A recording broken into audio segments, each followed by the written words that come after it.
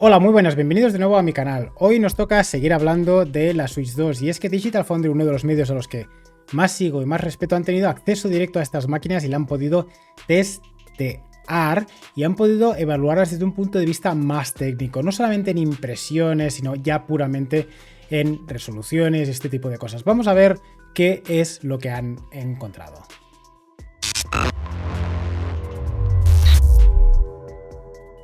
La Switch 2 ya está aquí, ya se puede acceder por parte de los medios y aunque desde este canal no somos lo suficientemente grandes como para poder acceder a estos eventos, sí que podemos ver y evaluar lo que otros medios como Digital Foundry han visto. Este medio Digital Foundry estuvo durante 4 horas haciendo pruebas intensivas y la verdad es que nos han comentado que el hardware apunta maneras. La filosofía de continuidad respecto a Switch está presente, pero también hay mejoras sustanciales en todos los aspectos clave, como por ejemplo la pantalla, los controles y el rendimiento. Hablemos del diseño y de su pantalla. A simple vista la Switch 2, la verdad es que parece que es bastante grande, más o menos como una Steam Deck. Lo que pasa es que al tener un grosor similar al de la Switch original, es mucho menos aparatosa en la mano. La ergonomía general recuerda mucho a una Switch, pero más grande, lo cual creo que es positivo. El aumento de tamaño de pantalla mejora mucho la experiencia visual, por lo que dicen, especialmente para usuarios que, bueno, pues que no tengan muy bien la vista, cosa que sorprendentemente me he encontrado mucho en mis reviews de la Legion Go. Respecto a la pantalla, el panel, no hay ninguna evidencia de que sea una pantalla, digamos, especial, ningún tipo de mini LED o ningún tipo de pantalla que sean de las FALT, que son las que tienen diferentes zonas de atenuación individuales. Esto apunta a que no es nada más que una pantalla LCD normal con la iluminación por los laterales como cualquier panel IPS. No alcanza a tener el contraste y la fidelidad de una Switch OLED, pero sí que es verdad que comentan que es una pantalla brillante, vibrante y con muy buenos ángulos de visión. En cuanto al contenido HDR, el High Dynamic Range, que es una de las cosas que se suele, digamos, decir que son las OLED, que son mucho mejores porque permiten esta tecnología, cosa que con las IPS LCD no se puede, es el tema de los contrastes. Y en juegos como Cyberpunk, donde hay muchas áreas oscuras, se nota una cierta mejora, pero sí que no es comparable. Esta pantalla no se puede comparar para nada con la de una Switch OLED. En cuanto al VRR, no está claro, no vieron claro qué juegos lo aprovechaban, ya que algunos juegos que tenían rendimiento irregular, sinceramente no mostraban ninguna mejora por utilizar esta tecnología. Y tampoco, por lo que vieron, no vieron ningún tipo de LFC, es decir, Low Frame Compensation, que es otra tecnología que muchas veces las VRR llevan, que permite que a muy bajos fotogramas se sigan viendo bien utilizando el VRR, porque lo que hace es duplicar la tasa de fotogramas cuando baja por debajo de 30 o 40, ese tipo de cosas que ahora no entraremos en detalle, pero las cosas que han visto Digital Foundry es que este VRR de momento, quizá es un tema de drivers, de momento no está siendo claramente visible. Digital Foundry comparó visualmente la Switch original con la Switch OLED y con la Switch 2 utilizando el Breath of the Wild. Y, como dicen, la Switch 2, su pantalla se ve mucho mejor que la Switch LCD normal, pero no llega a una calidad de la OLED. Dicen que el panel es de calidad, cosa que hay paneles IPS muy buenos, como por ejemplo el que lleva la Rockalley. Por lo tanto, por ese aspecto yo no sufriría, no soy un fanático de esas personas que dicen que tiene que ser sí o sí OLED. Si es un panel IPS bueno, llega a muy buenos resultados. ¿Qué viene a decir esto? Pues que lo más probable es que dentro de 3 o 4 años la Switch 2 nos salga con su versión OLED y nos vuelvan a cobrar por ello. Una cosa que les sorprendió mucho fue los nuevos Joy-Cons. Aunque no lleve tecnología Hall, sí que es verdad que dicen que se sienten muy bien.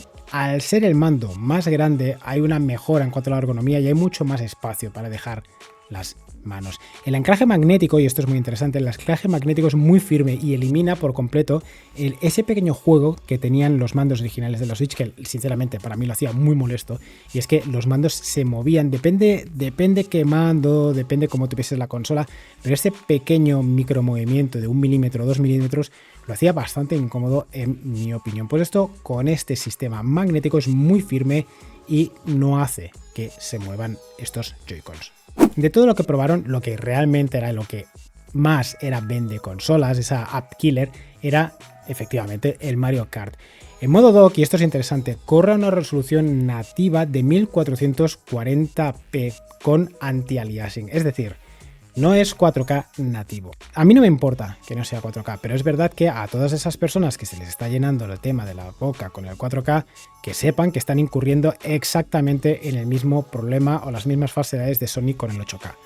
Que sea 4K compatible la máquina no significa que todos los juegos se vayan a mover a 4K. Y aquí ya tenemos el primer exponente. Mario Kart no va a 4K, es 1440p escalado. Independientemente de la resolución, mientras el juego sea bueno, no hay ningún problema. Y el salto visual frente a Mario Kart 8 Deluxe es notorio. Las texturas son en alta resolución, tanto para las superficies como asfalto, como grava, las sombras son mucho mejores, los modelados son mucho mejores, el estilo artístico se asemeja mucho a lo que sería la película de Mario. En ese aspecto no hay ninguna queja. El rendimiento del juego se mantenía a 60 fotogramas por segundo constantes, aún y tener todos esos 24 jugadores en pantalla al mismo tiempo. Una cosa que se tiene que decir es que como se ha doblado el número de jugadores en pantalla, lo que va a pasar es que las partidas lo más probable es que sean muchísimo más caóticas. Vamos a ver qué es lo que ocurre, pero en definitiva, sin ninguna duda, este es el juego que más promete.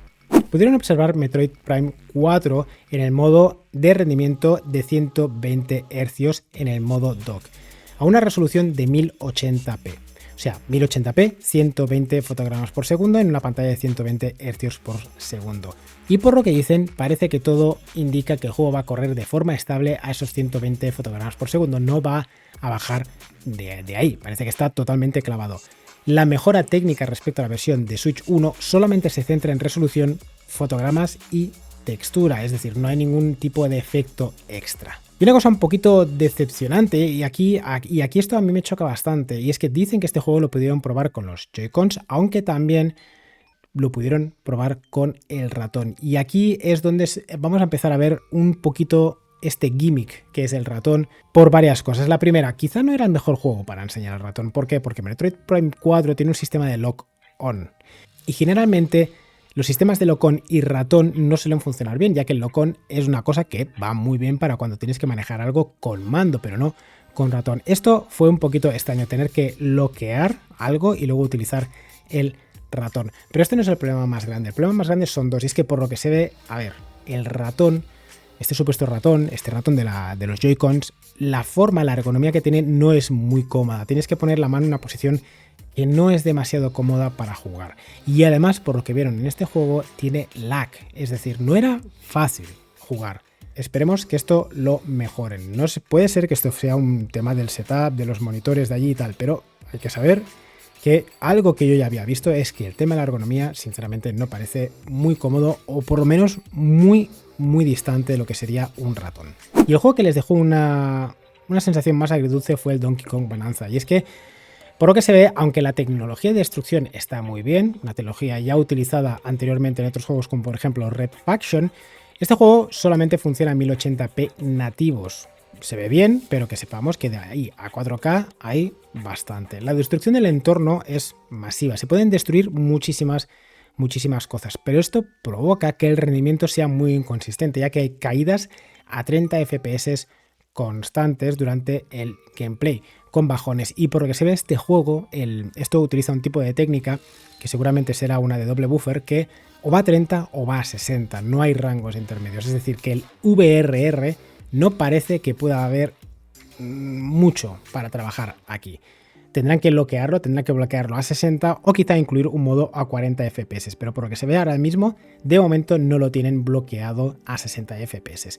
Ahora sí dicen que el juego se ve muy bien, el Donkey Kong está muy bien animado, está muy bien, pero que de momento necesita mucho refinamiento para poder alcanzar la calidad, el estándar de calidad que suele presentar Nintendo. Y hablemos de estos third party, ¿no? De estos third party que van a venir también con la Switch. Y es que Cyberpunk corre en Switch 2 con un soporte con DLSS. Ya está confirmado que utiliza este sistema de escalado. Y ellos pudieron probar la experiencia en modo portátil y por lo que se ve la resolución es bastante inferior a la de dock y se podían notar. Se veían los típicos artefactos que podemos ver con un DLS o con un FSR. Tras probar Street Fighter VI se confirman un poquito las sospechas que hablamos en este canal, y es que por lo que se ve, estamos hablando que la Switch 2 tiene una potencia similar a lo que sería una PlayStation 4 o una Series S. ¿Por qué? Porque con el Street Fighter el modo en que se comporta el juego es muy parecido a estas máquinas. Se ejecuta a 1080p con 60 FPS estables, pero aún así no tiene reflejos SSR, no tiene efectos dinámicos como los efectos de pétalo del suelo, las sombras son de menor calidad. Al final, por lo que parece, el rendimiento de esta máquina, como he dicho, es como la PlayStation 4 o como una Series S, pero gracias a los gigas extra que tiene de RAM, las texturas se ven mejor que en Series S, pero el resto de efectos, el resto de cosas es muy parecido a estas dos máquinas. Hogwarts Legacy también nos ofrece muchos datos interesantes, es que se mostró solamente en el modo dock y el modo dock corre a 720p con un sistema de anti-aliasing o de DLSS y además está limitado a 30 fotogramas por segundo. Y no solo eso, además por lo que se ve cuando estás volando con la escoba sobre Hogwarts, el rendimiento tenía un poquito de popping de los efectos gráficos, de las sombras concretamente, y algunas veces bajaba hasta los 20 fotogramas por segundo. No hay ningún tipo de opción gráfica disponible para cambiar, es decir, es una versión que por lo que se ve es muy recortada con respecto a lo que hemos visto, por ejemplo, en PC o en máquinas de la última generación. Sigue siendo funcional, pero claro, estamos hablando de 720p, 30 FPS con bajadas a los 20 FPS. Yakuza 0 también fue otra sorpresa, y no por lo positivo, sino más bien por lo negativo, y es que, a ver, nada que ver con el juego, pero un poco de decepción porque el juego habían hablado que el juego se iba a ver a 4K 60 FPS, pero sin embargo lo que Digital Foundry vio eran que era 1080p, no 4K, por lo tanto no sabemos qué es lo que está pasando aquí. Switch 2 representa una evolución y no una revolución, como ya hemos anticipado. El chip lleva muchas tecnologías actuales, pero sigue estando limitado en cuanto a temas de rasterización, de render clásico, de técnicas de render clásico. Tenemos los elementos para hacer muy buenos juegos. Esto que no nos quepa ninguna duda. Están ahí, tenemos la tecnología, tenemos la potencia suficiente como para hacerlo. Hay mucha gente que se ofende o se indigna cuando yo en mi canal he hablado diciendo que esto puede ser una PlayStation 4 y como que les choca o se enfadan, y yo tengo que decir una cosa: una PlayStation 4 portátil consumiendo 10 vatios es un pedazo de máquina, no nos olvidemos de esto. Parece que hay alguna gente que les cuece que no diga que la Switch 2 sea como una PlayStation 5 o que no sea como una PlayStation 4 Pro. Yo creo que nos tenemos que olvidar de este tipo de cosas. La potencia no es lo que nos interesa. En definitiva, la Switch 2 va a triunfar solamente por una cosa, y es la calidad de sus juegos, no su potencia. La potencia es algo que es muy relativo, y os tengo que recordar que en el pasado, muchas veces en esta estúpida guerra de consolas que hay, la consola que ha ganado la generación, y cuando digo ganado, quizás un mal término, tenía que decir la consola que más ha vendido, la mayoría de veces no ha sido la más potente, ha sido generalmente la que ha tenido unos mejores juegos o ha tenido más cantidad. Estamos hablando que en anterioridad, y no por irnos muy lejos, la Wii era la máquina menos potente, con mucha diferencia de sus competidoras, y mirad lo que hizo. Bueno, sin irnos más lejos, la Switch 1 también es la máquina menos potente si la comparamos con una PlayStation 4, una PlayStation 5, bueno, la 5 de sobras, pero una PlayStation 4 o una Xbox One es muy inferior, y sin embargo ha vendido muchísimo más. No es la potencia lo que define el éxito, y no es la potencia lo que tendría que hacernos sentir animados o excited, como se diría en inglés, por una máquina, sino sus juegos.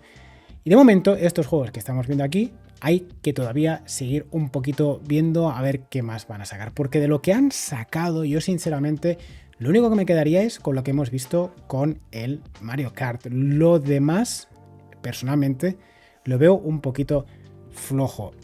El Metroid Prime 4 tiene buena pinta, pero claro, es que sale también para Switch, por lo tanto no es un motivo de la compra de la máquina. Y el resto de juegos que hemos visto son ports de otras máquinas que, si no tienes ninguna otra máquina, pues está muy bien, pero claro, en el momento que ya tienes un PC o cualquier otra consola, no merecería la pena jugar a estos juegos.